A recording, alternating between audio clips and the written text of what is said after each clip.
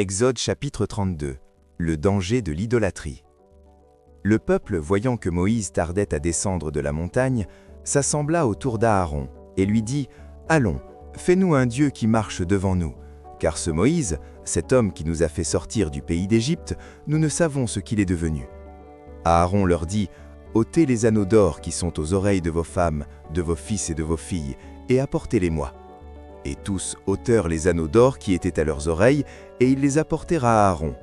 Il les reçut de leurs mains, jeta l'or dans un moule, et fit un veau en fonte.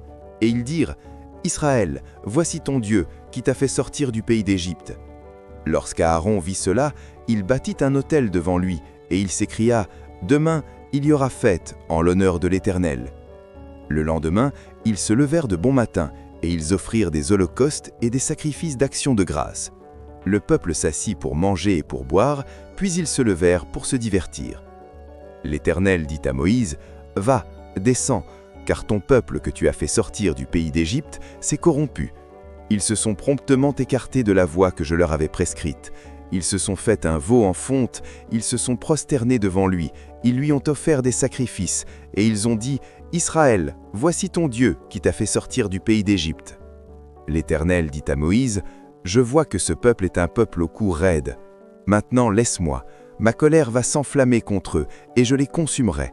Mais je ferai de toi une grande nation. » Moïse implora l'Éternel son Dieu et dit, « Pourquoi, ô Éternel, ta colère s'enflammerait-elle contre ton peuple que tu as fait sortir du pays d'Égypte par une grande puissance et par une main forte? Pourquoi les Égyptiens diraient-ils, c'est pour leur malheur qu'il les a fait sortir, c'est pour les tuer dans les montagnes et pour les exterminer de dessus la terre? Reviens de l'ardeur de ta colère et repens-toi du mal que tu veux faire à ton peuple.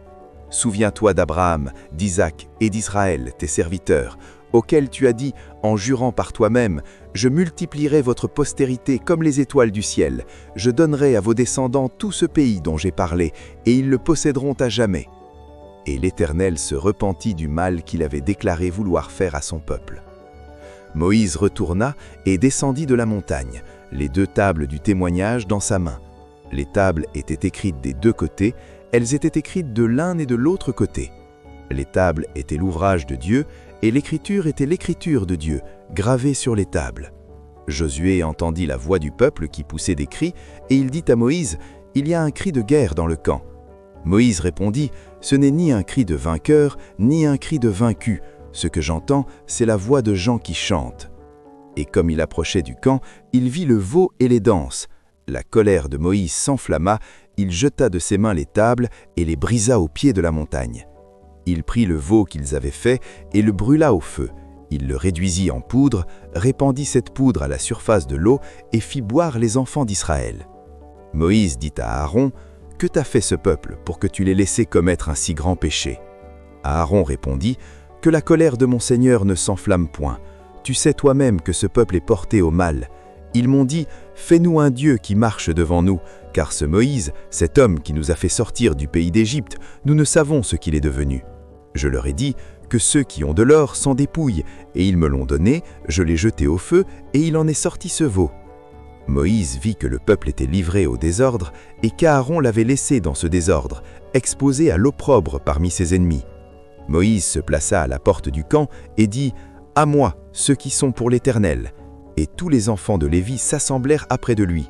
Il leur dit, « Ainsi parle l'Éternel, le Dieu d'Israël, que chacun de vous mette son épée au côté, traversez et parcourez le camp d'une porte à l'autre, et que chacun tue son frère, son parent. » Les enfants de Lévi firent ce qu'ordonnait Moïse, et environ 3000 hommes parmi le peuple périrent en cette journée.